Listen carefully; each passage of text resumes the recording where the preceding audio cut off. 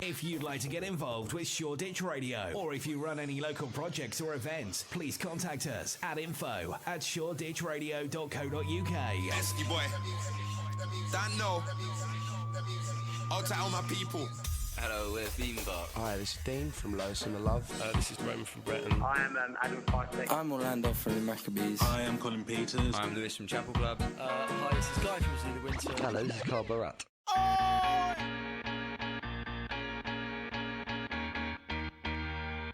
Hey, this is Rita Ora, and you're listening to Shoreditch Radio. Yes! Good evening, this is Shoreditch Radio. I'm David Watson, and you're listening to Shoreditch Radio on Sunday the 8th of November, which is, I'm sure you remember, Remembrance Sunday.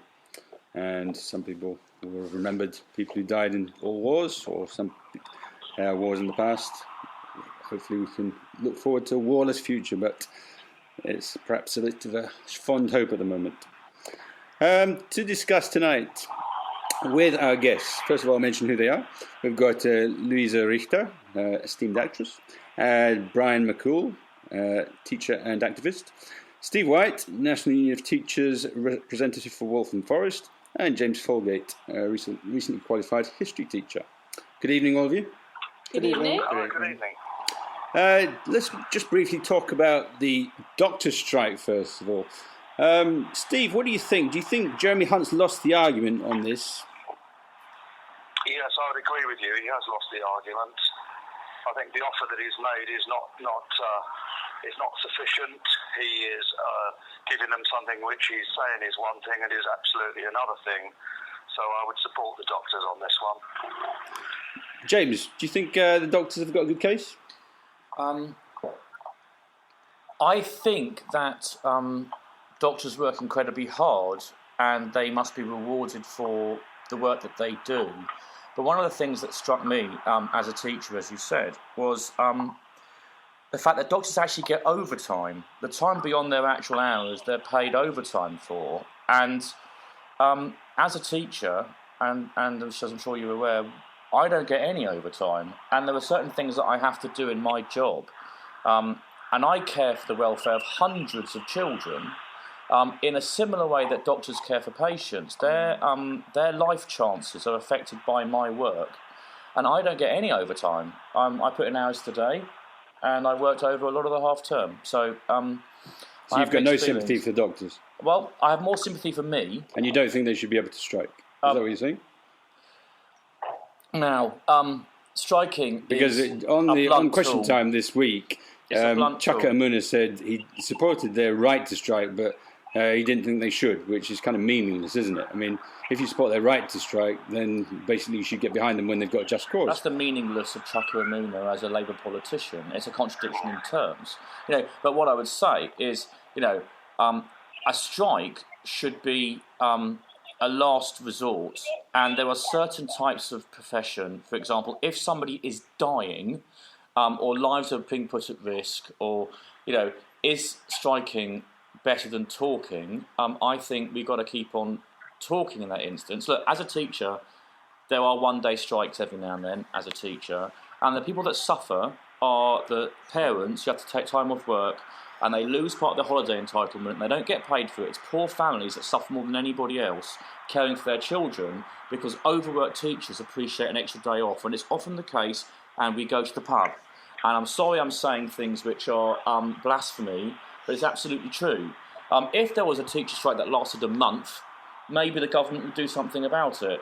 But the thing is, they're not done like that. So you think we should go on strike for a month? Do you think teachers should go on strike for a month? Steve, what do you think? Do you think it's true that we're just going on strike to go to the pub? But if we go on strike, well, that's not true at all. Of course, teachers have gone out on strike, on national strike, and the reason that they've done that is because the wages have been frozen for several years, and now they have been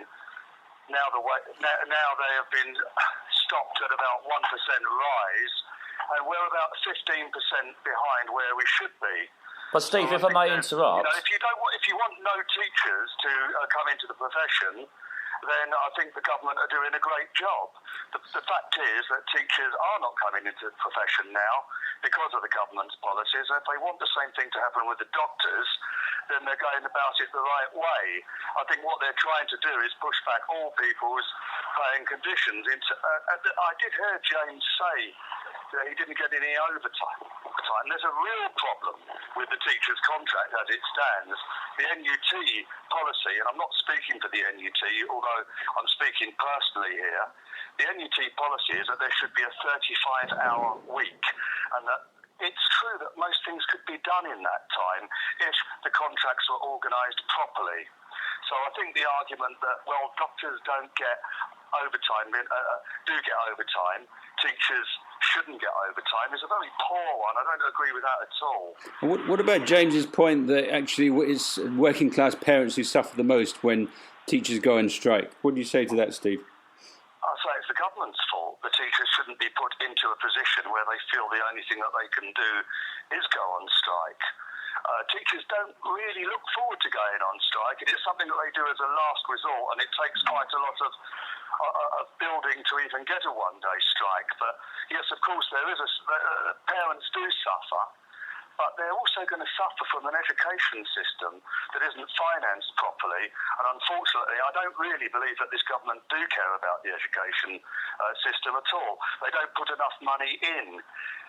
If you want an excellent system, you'd have to have smaller classes, all the things that teachers already know about, smaller classes, pay people properly, pay them to be trained. There's a number of things that they could do, and they're doing none of them. All they're doing is holding back the pay. If you were to choose one issue, Steve, that you say is the most pressing issue for people working in education, what would you say it was? Well, I'd say it was to tackle the workload. The workload is utterly ridiculous. You should not be working over half-time term, James. I think that's it's madness that you are. You can't perform at your best if you are working, and this is not uncommon. It is not uncommon now for teachers to be working 50 hours a week plus. I hear of 55 and 60 hours when I go into schools and talk to teachers. This is not sustainable. It means that what will happen is that teachers will leave the profession after a few years. I know lots of young teachers who will not stay in the profession. Now, I think it would be good for the profession if people, as they used to, could stay in it until they're older, because I think the profession benefits from people of all ages. But the government have made it very, very difficult. Teachers are burning out. And it's the workload that's caused by the excessive micromanagement and the excessive admin. Teachers are not trusted. That has to change. Teachers are told that they have to account for themselves every day. They're now responsible for the progress that students make. It's not as if teachers go into the profession saying, I don't want to be a good teacher, or I don't want kids to make progress. But their pay is now being tied to the progress that kids make. And teachers will not get paid in some cases, and I have heard of this, if the kids don't make the right level of progress, and the right number of them make that. And that's according to raw data, not actual reality. James, I would say workload is the main issue, micromanagement, and the whole pay issue is another issue, which is huge. Let me give James a chance to respond to that, Steve. There's not much you could disagree with there, is there, James? What Steve says about our workload is absolutely true. If you work a 6-lesson day and you start at 9 o'clock in the morning and you finish at 3 o'clock in the afternoon, you might snatch 5 minutes at lunchtime when you're not actually doing something work-related. So you agree with Steve? Well, I agree with many of the things you said, but there's some points that we've gone past that I would go back to. Such as?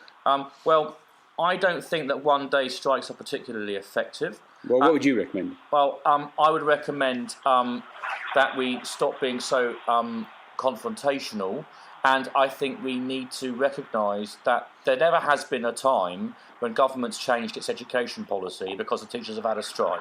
It's never happened. Let me finish.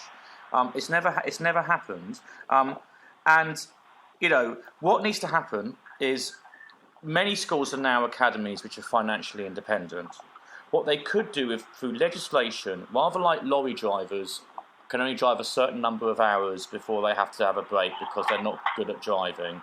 They should actually say that teachers can only teach 15 hours a week or something like that, and then that would then mean that the workload that is associated with teaching, like marking and data and the things that you and I know about, could then potentially be accommodated within our contracted hours. But it would take that sort of thing, and it takes people actually negotiating. If we all jump up and down and be Marxists about it, what it does is it antagonises the government, it even antagonises the old Labour government. And we don't, and it's old Labour, as in but the Labour old government of the 70s. Blair government, that lot. The Blair, new Labour government. That it hasn't been an effective tool. It hasn't been an effective strategy. Steve, chance to respond to that? Are we all Marxists? There's some truth, but I think teachers reluctantly go on strike. Jumping up and down and being Marxist about it is a strange phrase to me. I know lots of teachers. There's 2,000 or so teachers in my union, just in my borough. I know a lot of them. I go to conference every year, and I can tell you people don't jump up and down. They do at my school. Being Marxist about anything. Yeah, I think a lot of what James is saying is that it could all be very reasonable. We're not dealing with a reasonable government. They haven't been reasonable with the doctors, and they certainly aren't reasonable over teacher workload. The contract needs changing. It needs addressing. And despite Nicky Morgan saying that it will be, it never has been. So what choice are you left with? You are dealing with people. We are dealing with a government, in my opinion, that are not serious about education. I think they are serious about privatising education. They are not actually serious about improving education. And, while I'm on the subject, the Academy programme is not improving education, as the Local Schools Network has recently produced figures to prove.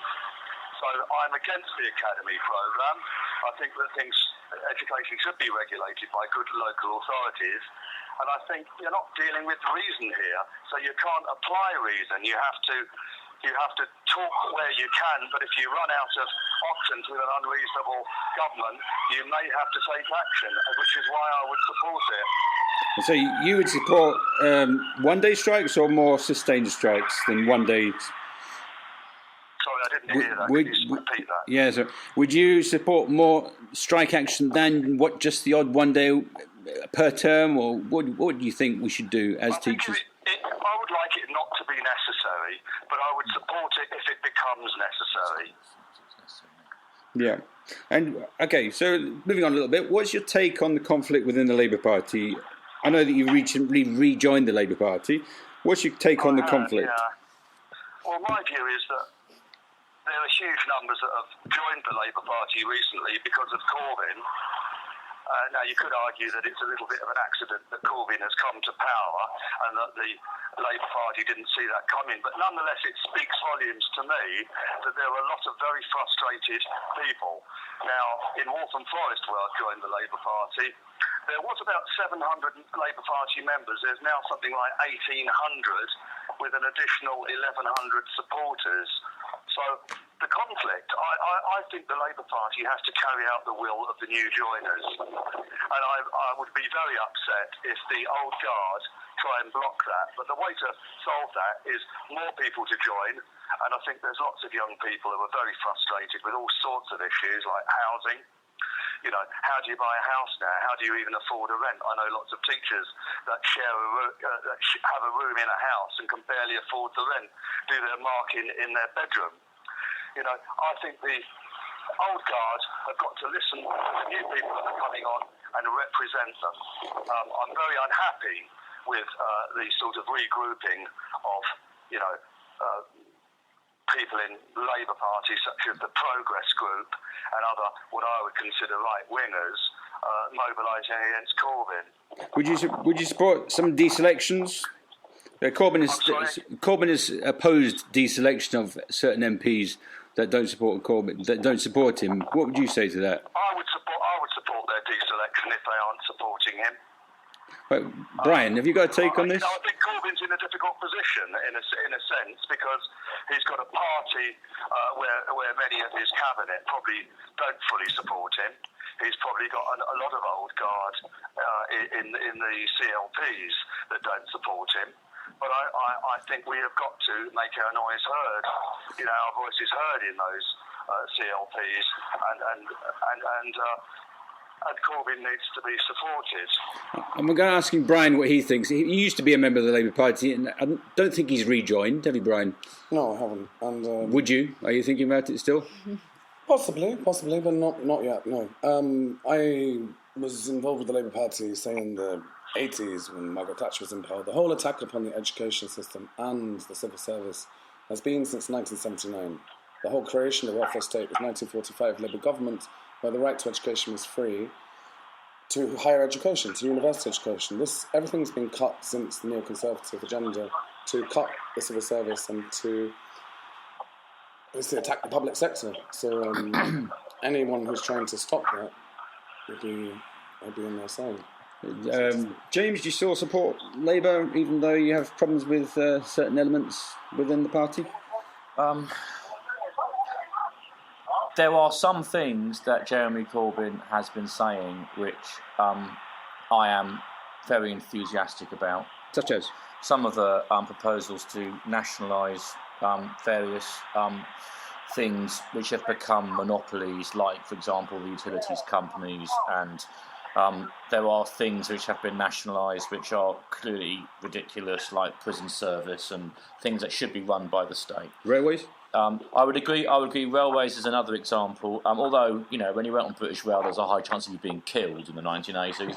Although now fewer people die, but the tickets the accidents actually more accidents occurred when it got privatised. If I remember it was right. in that transition period, wasn't it? There was a lot of crashes. Yes. But look, state-managed industries aren't necessarily particularly efficient. We live in a global economy. If the purpose of a business is to employ people rather than make money, it won't compete and produce things at a low cost and be competitive if other people are making it for the sake of making it cheaply. So look, there is a problem with some of his economics, which I think in the past have been shown to be problematic, and I think there can be some sort of compromise area. But where I am most concerned about Jeremy Corbyn being a national leader is in terms of national security and world affairs. I think he has a dangerously the sort of points of view that I had about world politics when I was about 15. And Are you a unilateralist on the nuclear? Are you talking about the nuclear armament question? No, I'm not just talking about that. Do you support the unilateral disarmament? Or no, it's the nonsense, which is basically an enemy of my enemy must be my friend. So anyone that's against the government is therefore probably all right. And so he's there. Has Jeremy Corbyn never actually said such a thing? No, but it's the I think this is the Daily Mail narrative, isn't it? No, it's not. That's an easy way of dismissing it. I've never actually heard anyone from Corbyn's camp say such a thing. Well, I have heard many Corbyn supporters say such things, and I know many of them. You see, what do you say to this, Steve? I didn't catch all of that conversation, unfortunately, on the line. Yeah. I don't know if you could just repeat the main point. Sorry, go ahead, James. You make your main point. My main point is this. When I was about 15, I used to think that any terrorist group that was opposed to the government were probably oppressed and misunderstood, and that the government was the worst thing in the world ever. And as I got older, you get more pragmatic. You see that the world's far more nuanced than that. And you grow out of it. And it just feels to me that people like Jeremy Corbyn and George Galloway live in this kind of bubble which isn't fostered in reality. The world is a dangerous place, and people like Putin and ISIS and various groups aren't benign. And I think that our borders need to be secure. We need to have a system of defence, and if that includes a nuclear deterrent, so be it, which is robust enough to actually look after the safety of people in this country. And I wouldn't be confident, and as sure as night follows day, this country doesn't elect extremist politicians. It doesn't. And I am absolutely certain that Jeremy Corbyn will not be winning the next election. What do you say, Steve? Well, chance that he could win the next election, because I think there's a whole movement of young people that are very discontent with the way that things are being done. There is an economic crisis. There are many young people, as I said before, who can't afford to rent, can't afford to buy. So, and I think the more of those young people that come into the Labour Party and influence policy and get behind, it will change the agenda. In terms of, I didn't catch it all, but in terms of the world being a dangerous place, my view is that Tony Blair has made the world a very dangerous place. And I think interventions into the Middle East have made the world a dangerous place. But I believe that a Labour Party shouldn't get involved in those kind of interventions, such as we've had in Libya and Iraq. In terms of the nuclear deterrent, I think its purpose, it never really was a purpose to it in the first place. It only came about because Bevan was, talked to rather sternly by the American Secretary of State, as I remember, just after World War II. There is no purpose to it. We could use that money to invest in real jobs, and I think, we need green jobs, we need real jobs, and I would like to see a Labour Party that delivered on that and got rid of Trident. I'm just going to bring in Louisa here because she's been quite reticent until this point, but she's younger than the rest of us, so I'm going to ask her to give her six-month halfpenny worth. Well, I guess that I am in my sort of utopist 15-year-old phase, like you say that you were, and there is a lot of frustration among us young people. A lot of feeling that we're either ignored or that our voice cannot be heard, isn't heard, and that our interest is not put at the centre of politics or running the country. Are you inspired by Corbyn? Yeah, yeah, because as you said, he is sort of anti everything that anti-establishment. Anti-establishment. And opposed to, do you, as I think I'm right in thinking you're 20 or 21? 21. So as a young person, as a child, I suppose, at the time of the Iraq War, you sort of saw this happening. What did you think at the time? I don't think I understood. I remember the Twin Towers and suddenly this sort of war on terror being unleashed. And you only understand later that everything that you read is kind of a lie, and you have to decipher and really bring your own judgment and your own opinion in the equation. So when you hear Corbyn talk, do you feel he's telling you the truth? Is I guess I just want to change, a radical change, and we all want a radical change, and of course his voice, or Bernie Sanders in America, whatever, are representative of this voice for change. Then can he lead a country? Him who is so anti-leader in a way, can an anti-leader be a leader? I don't know. And I guess I'm maybe not. Well, Andrew, James thinks not. If I could say, go ahead, quick. Our establishment is better than someone else's establishment. Is it? Yes, it is. What? I'm French, remember. Okay, right, yeah. So what makes ours... Hang on, this could go quite deep, so try and not make a nationalist point. I don't know. No. I'm saying that our... it's our establishment is not necessarily our enemies. This is a multipolar world where we've got countries like Russia and China, which are emerging and are very powerful and aren't democratic, and in those countries, we don't realise how lucky we are in this country. Right. We, and our freedoms and our freedom of speech and these things are being eroded, by people who claim that it's in our best interests. And going on to the point about Bevan, as a history teacher, as a matter of fact, it was the Labour government that secretly developed a British nuclear deterrent. I don't think anybody's arguing about that. They didn't want to be controlled by America, whose aims and objectives they didn't agree with. So what the person said before wasn't actually true. Possibly a moot point. I'm not sure all historians would agree with you, and I think you should admit that because I've read the contrary opinion. And anyway, we'll deal with your central point, James, which was, I think, before Louisa gave her opinion, you thought that Jeremy Corbyn cannot lead a government because he can't even lead his party, and Louisa's not actually absolutely sure on that. I'd just like to we need to finish off in a minute or two. I'd like to get Steve's opinion on this, because there seems to be a difficulty leading the Labour Party. What do you think, Steve? Can Jeremy Corbyn lead the party and make a convincing Prime Minister? Yes, I think he can. But I think what he'll need is a movement of people like your guest in the studio who wants a radical change. I'd advise them to join the Labour Party and get involved. In terms of the nuclear deterrent, which I heard James just speak about, where could it be used in the modern world? Where could it be used? Well, that's the point, it's a deterrent. It has no real function. We are not in the Cold War. So I think that has to go. But just to return, I do believe that Corbyn could run a credible government, and I think people should get behind him. I think he's a man of huge integrity.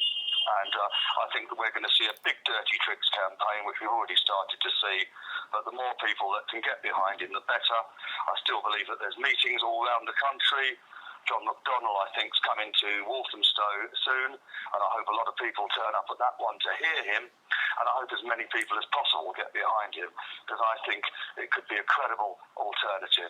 Aren't you on the podium yourself, Steve, for one of these events on the 25th of November? I wasn't trying to plug it. You can if you want. I am speaking at the John McDonnell event. I'm kind of the warm-up act, really. People won't come to hear me, but they may be interested to know what problems teachers have today. But they'll really come along to hear John. It's at St Barnabas Church, isn't it, in Foster Hall on the 25th? That's correct. Yeah, we're all free to plug whatever we want to on this show. It's community radio. Oh, great. Okay. Well, I'm happy to plug it. I wasn't actually didn't have that in mind when I made the last contribution.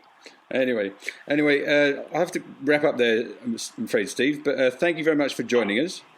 Pleasure to talk to you. Thank you very much for letting me speak. Not at all. And see you again soon. Bye-bye. Thank you. Bye-bye. That was Steve White discussing various issues of the day with myself, James, Louisa and Brian. We're going to take a short break, listen to a little bit of music, and then we'll come back and we're going to talk to Lujza Richter about her background.